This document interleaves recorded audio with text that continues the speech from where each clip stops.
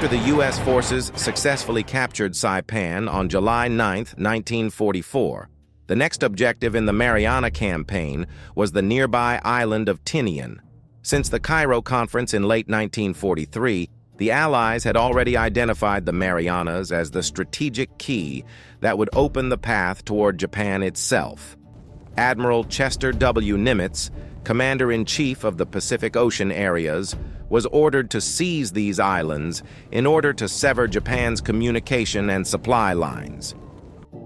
With Tinian lying barely 5 kilometers south of Saipan, the island could not be ignored. If the Japanese managed to hold it, they could directly threaten the southern flank of the newly captured Saipan. The moment Saipan was secured, Major General Harry Schmidt, commander of the Amphibious Corps, immediately moved to plan the assault on Tinian. At that time, the island's defenders, commanded by Colonel Kiyoshi Ogata, included about 5,000 Army troops from the 50th Infantry Regiment and another 4,000 Navy personnel under Captain Goichi Oye, roughly 9,000 men in total.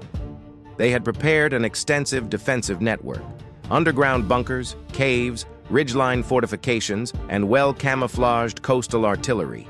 Confident that an American landing was inevitable, Ogata concentrated his defenses along Tinian's southwestern coast, the only area with broad, flat beaches suitable for an amphibious assault. The remainder of the island was ringed with steep coral cliffs, reinforcing his belief that the U.S. would have no other choice. Steeled by the doctrine of fighting to the death for the emperor, Ogata even planned a last-ditch counterattack right on the beach should the Americans attempt to land. The Americans, however, had learned bitter lessons from Saipan. To reduce casualties, General Schmidt and his deputy, Major General Clifton B. Cates of the 4th Marine Division, devised a bold alternative. Instead of storming the heavily fortified beaches of Sun Heron Bay in the southwest, precisely where the Japanese expected them, they would land on the northwestern shore at 2 tiny, narrow beaches codenamed White 1 and White 2. Each beach was less than 200 meters wide and flanked by jagged coral outcrops, normally unsuitable for landing even a battalion, let alone an entire division. But this very limitation made the beaches lightly defended, an advantage the Marines intended to exploit. To overcome the 2 to 3 meter coral ledges blocking the landing points, U.S. engineers developed modified LVT amphibious tractors equipped with special pontoon ramps, nicknamed doodlebugs. These vehicles would push directly against the base of the cliffs and drop their ramps, allowing the Marines to climb onto the plateau quickly. Meanwhile, the 2nd Marine Division, led by Major General Thomas Watson, would conduct a large-scale feint to the southwest, using landing craft to simulate an assault on Tinian Town. This was designed to convince Ogata that the main blow was coming where he expected it most. If all went according to plan, the Japanese defenders would rush to reinforce the Decoy sector, leaving their northern flank wide open for the real attack. Beginning on July 16, the Americans began to soften up Tinian with an unprecedented storm of naval and artillery fire. With Saipan sitting just a few kilometers to the north as a ready-made fire base, U.S. forces were able to deploy heavy land-based artillery to bombard Tinian directly, something rarely seen in amphibious operations. At the same time, warships of Task Force 52 took turns unleashing massive bombardments on Japanese defenses. Admiral Raymond Spruance, commander of the 5th Fleet, personally ordered maximum naval firepower to clear the way for the Marines.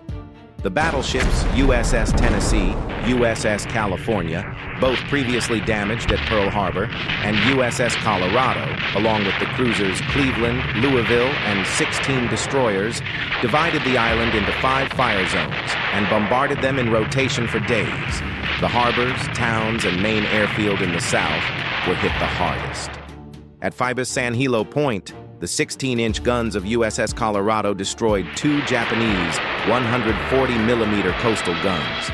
But the Colorado paid dearly, While supporting the deception force, it was struck 22 times by a hidden 152mm Japanese battery, killing 43 sailors and wounding 198. The destroyer USS Norman Scott, operating nearby, was also hit 6 times. Its captain, Seymour Owens, and 18 sailors were killed. Only on July 28th was the stubborn Japanese battery finally silenced by the battleship USS Tennessee. While naval guns tore apart the coastline, the skies over Tinian were equally relentless. U.S. Navy and Army Air Forces launched more than 350 bombing sorties, dropping high-explosive bombs, phosphorus bombs, napalm, and rockets to level bunkers, trenches, and ignite the vast sugarcane fields. The Battle of Tinian also marked the first use of napalm in the history of warfare. Army Air Force's P-47s dropped 34 napalm canisters, setting huge swaths of the island ablaze and turning Japanese underground shelters into ovens. After more than a week of continuous bombardment, by July 23, 1944, nearly all major targets on the island were burning or in ruins. Colonel Ogata could no longer maintain reliable communication with his units. Both wired and radio networks had been shattered. At dawn on July 24, 1944, J-Day, equivalent to D-Day in Normandy, the U.S. amphibious fleet closed in on Tinian. As the first light touched the sea, a detachment of the 2nd Marine Division launched the decisive deception maneuver. 22 LCVP landing craft, 22 disguised as troop transports, headed straight for the southwest coast near Tinian Town. From afar, Japanese observers saw a clear line of landing craft approaching and immediately opened intense fire. Just as the Americans expected, Colonel Ogata became convinced that this was the enemy's main assault. He rushed his reserve forces south, determined to crush the landing on the beach as planned. The shoreline erupted. Japanese machine guns, anti-tank guns, and mortars poured fire into the supposed assault wave. Many Japanese positions exposed themselves and were quickly hit by American naval gunfire. After more than 30 minutes of furious exchange, the LCVPs suddenly turned around and withdrew. Believing he had repelled a major invasion, Ogata proudly reported to Tokyo that his troops had driven back a large landing force, destroying over 100 enemy craft. In reality, not a single American soldier was aboard those boats. The entire display was a meticulously staged deception to pin Japanese forces in the south. While Colonel Ogata was still celebrating his imagined victory from the southern feint, the real American assault struck from the north. At 7:30 a.m., under heavy naval gunfire and air support, the 4th Marine Division under Major General Clifton Cates stormed ashore at the 2 narrow beaches, White 1 and White 2 on Tinian's northwest coast. The 24th Marine Regiment led the attack, using more than 20 LVT water buffalo amphibious tractors to rush directly into White 1. As soon as the Marines leapt out, they encountered scattered fire from a few small Japanese pillboxes, but these were silenced within minutes. The first assault wave quickly secured the beachhead and raised a signal flag. Taking advantage of the defenders' confusion, the specialized Doodlebug LVTS pushed up to the low coral ledge between the 2 beaches and dropped their ramps, allowing Marines to climb onto the high ground, dominating the area. Within just 1 hour, the entire 2nd Battalion, 24th Marines, was safely ashore, followed shortly by the 1st Battalion by 8:20 a.m. Nearly 5,000 Marines of the 4th Division were already on Tinian, an astonishingly rapid landing that far exceeded Japanese expectations. White 2, however, proved far more difficult. The 25th Marine Regiment landed directly on a hidden minefield that reconnaissance had missed. Several LVTS exploded and burned, causing immediate casualties. Engineers needed several hours to clear enough mines to widen the landing zone. Japanese defenders at White 2 were more numerous and resisted fiercely, firing from caves and coral pockets with machine guns and mortars that struck the Marines' flanks. To suppress them, U.S. forces deployed flamethrower tanks, blasting fire into the cave mouths and forcing many Japanese positions into silence. Still, whenever they encountered particularly stubborn strongpoints, the Marines did not bog down. They applied a flexible bypass tactic, leaving the most determined Japanese positions to be handled by follow-on units, while the assault companies continued pushing inland. Thanks to this, despite scattered resistance along the shoreline, by early afternoon on July 24th, the lead elements of the 24th Marines had already reached Airfield Number 3 on the island's northwest tip. They cut the main north-south road, isolating Japanese forces in the northern sector. Behind them, wave after wave of reinforcements, vehicles, and artillery poured onto the two white beaches. By the end of J-Day, the Americans had landed more than 15,000 troops, hundreds of trucks and artillery pieces, 48 Sherman tanks, and 15 flamethrower tanks. The day's casualty figures stunned even the optimists. Only 15 Americans were killed and 225 wounded, while 438 Japanese soldiers had already been killed. For the first time in the entire Pacific War, the U.S. Marines had established a secure beachhead with such minimal losses. As one historian later wrote, "It was, by any measure, a very good day for the United States Marine Corps." However, the first night on Tinian was anything but quiet. As the American command had anticipated, the Japanese had no intention of yielding. They would launch a fierce counterattack under the cover of darkness.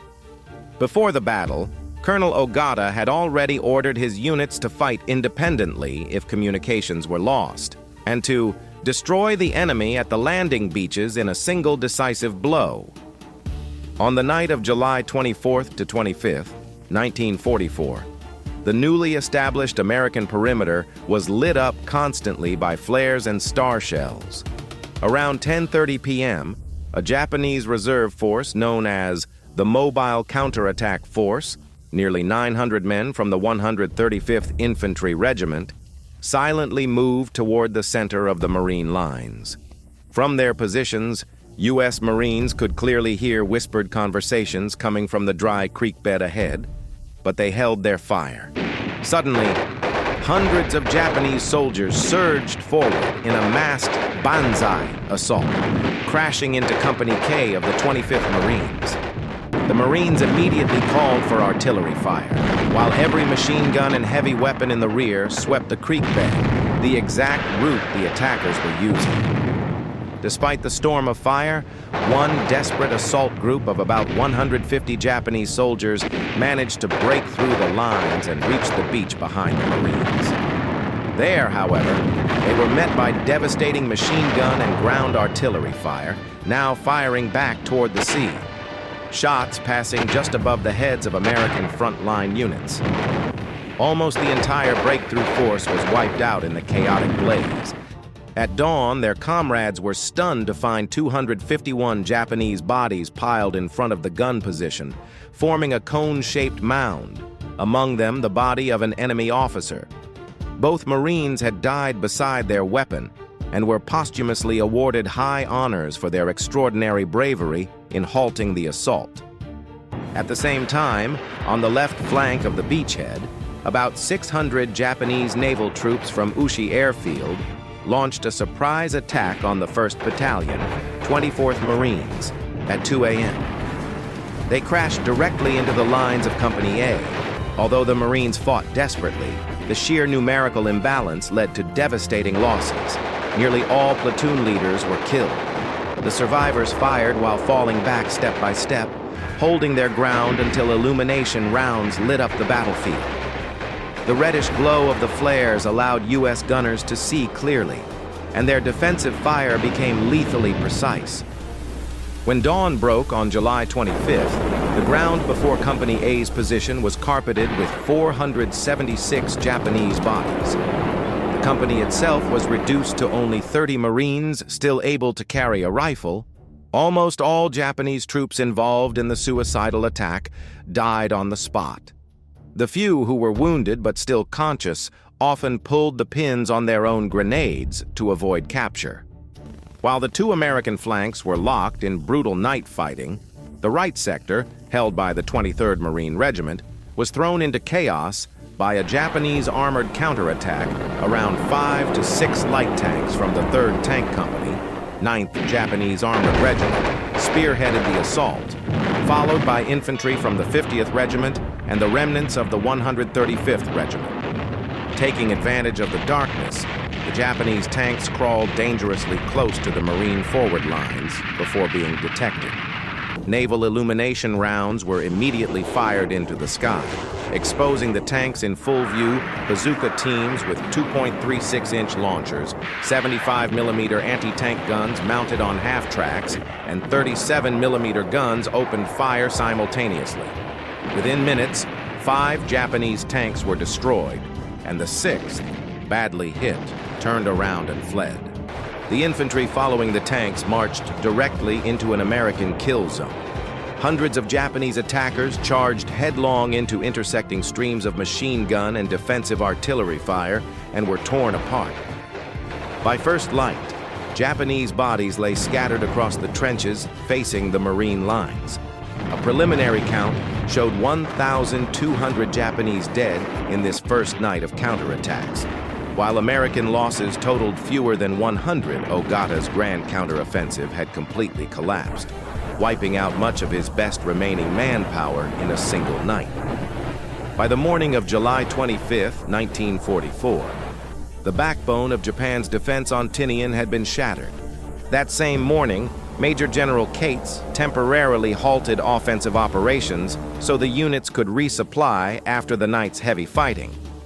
By 10 a.m., however, the Americans resumed their advance, pushing north and east to eliminate the remaining Japanese in the northern half of the island.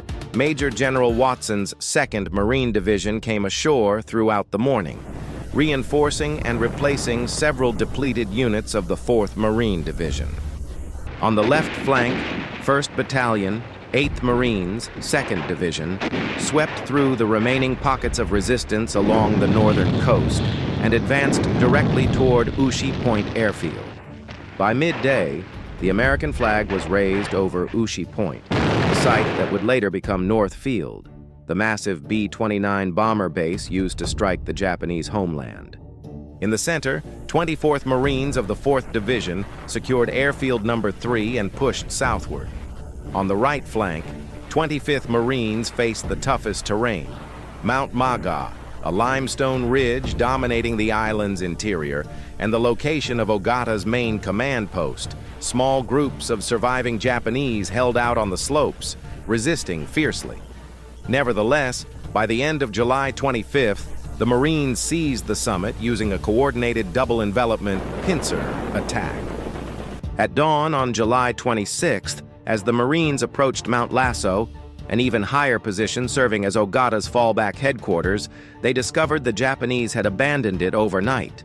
Mount Lasso fell without a shot, clear evidence of the collapse in Japanese morale after the disastrous counterattacks of July 24th. With their key strong points gone, the surviving Japanese began withdrawing toward the southern third of the island. From July 27th to 29th, the two Marine divisions stretched their lines from the west coast to the east, sweeping southward in a steady advance. They moved like hunters in dense jungle scrub, probing every thicket, flushing out hidden defenders, determined not to leave a single Japanese soldier behind their lines.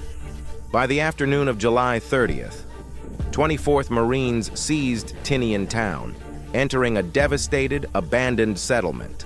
Simultaneously, 25th Marines advanced beyond the town and secured Airfield No. 4, the final Japanese airstrip on the island. By late that night, the Americans announced that 80% of Tinian was under U.S. control, with the remaining Japanese forces compressed into the narrow southeastern tip of the island.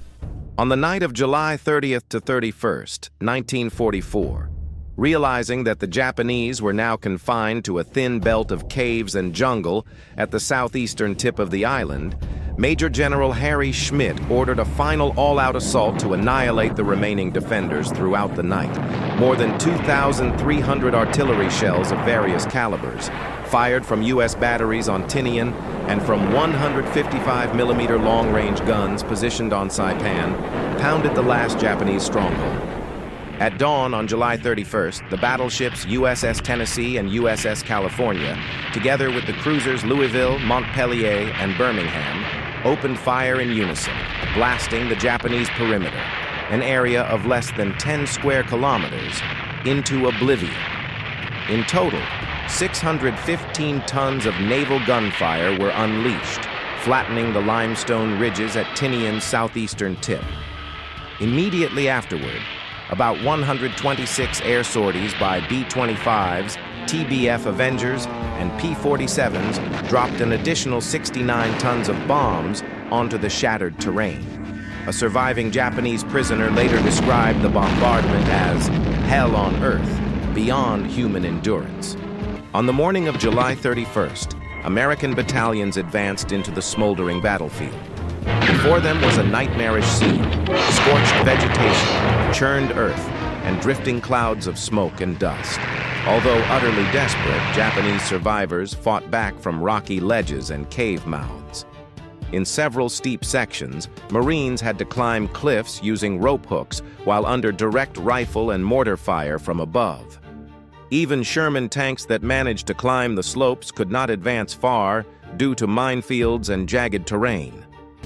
In some places, Japanese soldiers crawled out to cling to the tracks of Marine tanks, while others turned a disabled Sherman into a makeshift strongpoint, firing from its hull until they were overrun. Fierce close-range fighting continued all afternoon across the hot, sun-baked limestone plateau. By late afternoon, assault elements of the 23rd Marines, 4th Division, and the 8th Marines, 2nd Division, reached the crest and immediately fortified it, digging in machine gun nests and laying obstacles in case of a night counterattack. Their fears proved justified. The night of July 31st became the final frenzy of the Japanese defenders. It began with scattered suicide squads probing Marine lines in the dark, but around midnight, the last great banzai charge erupted. Wave after wave of Japanese soldiers screamed, "Banzai!" and hurled themselves at a defensive position manned by Company A, 24th Marines, where a 37mm anti-personnel gun stood ready.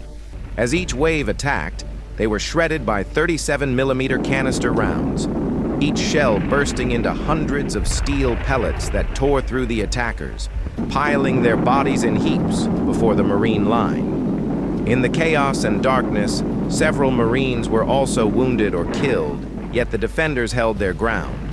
It was only at dawn on August 1st, 1944, that the last gunshots faded. More than 600 Japanese bodies lay scattered around the Marine positions, with hundreds more found in caves and jungle patches, many having committed suicide beforehand. Those who remained alive knew the end had come. Many pulled the pins on their own grenades rather than be captured. Colonel Kiyoshi Ogata, the commander of Tinian's defense, is believed to have committed seppuku on the afternoon of August 1st, once it became clear the island could no longer be saved. His body, and that of Captain Goichi Oi, was never found. At 1855 on August 1st, 1944, General Harry Schmidt officially declared Tinian completely liberated. Organized Japanese resistance had ended, though a few small groups still attempted desperate breakout attacks. That very night, a group of about 150 Japanese stragglers launched a surprise assault on the newly rotated 6th Marine Regiment and were quickly annihilated. The few prisoners taken revealed that before committing suicide, Colonel Ogata had burned the regimental colors and gathered every remaining soldier for one final, hopeless effort. After the island fell, many Japanese soldiers continued hiding in caves and jungles for months, absolutely refusing to surrender. One civilian, Murata Susumu, hid on Tinian for 9 years until his discovery in 1953, becoming the island's final holdout. Most civilians had fled the combat zones early in the battle. Unlike the mass suicides on Saipan, Tinian saw only a few isolated cases, though civilian casualties were still severe. An estimated 2,600 people, primarily Japanese and Korean laborers, were killed during the campaign. Some civilians who wandered into U.S. lines at night were mistakenly shot, having been confused with Japanese suicide troops. After liberation, American forces immediately provided food, water, and medical aid to tens of thousands of exhausted civilians emerging from the caves. Over the course of 9 days, July 24th to August 1st, 1944, U.S. forces destroyed virtually the entire Japanese garrison on an island heavily fortified for defense. American losses were remarkably low, roughly 290 killed and 1,500 wounded on the island, with total fatalities rising to about 350 when naval losses were included. In contrast, Japan was almost completely wiped out on Tinian, suffering 5,745 killed and only 404 prisoners taken alive. The Battle of Tinian was hailed by the U.S. Marine Corps as the most perfectly executed amphibious operation of the Pacific War. Through meticulous preparation and a daring landing plan that struck where the enemy least expected, the Marines avoided another costly, grinding battle like Saipan. Lieutenant General Holland Smith remarked, "Tinian is a rare example of attacking a fully prepared defensive position and still achieving total surprise. Our extraordinary success at Tinian came from the audacity of the landing plan." The victory at Tinian completed Allied control over the Mariana Islands, Saipan, Tinian, Guam, and provided one of the most important military bases in the Pacific. Within 6 months, Navy Seabees transformed the island into a massive fixed aircraft carrier with 6 2,600-meter runways. Northfield and Westfield soon housed hundreds of B-29 Superfortress bombers of the U.S. 20th Air Force. From Tinian, the American strategic bombing campaign against Japan began in earnest. In March 1945, B-29s from the island incinerated Tokyo and numerous other cities. The climax came in August 1945, when the B-29 Enola Gay and Boxcar took off from Tinian carrying the first atomic bombs in history, which were dropped on Hiroshima and Nagasaki, forcing Japan to surrender unconditionally. If Saipan was the gateway into Japan, then Tinian was the foothold that secured that gateway, providing the decisive launch point that helped bring World War II in the Pacific to its end.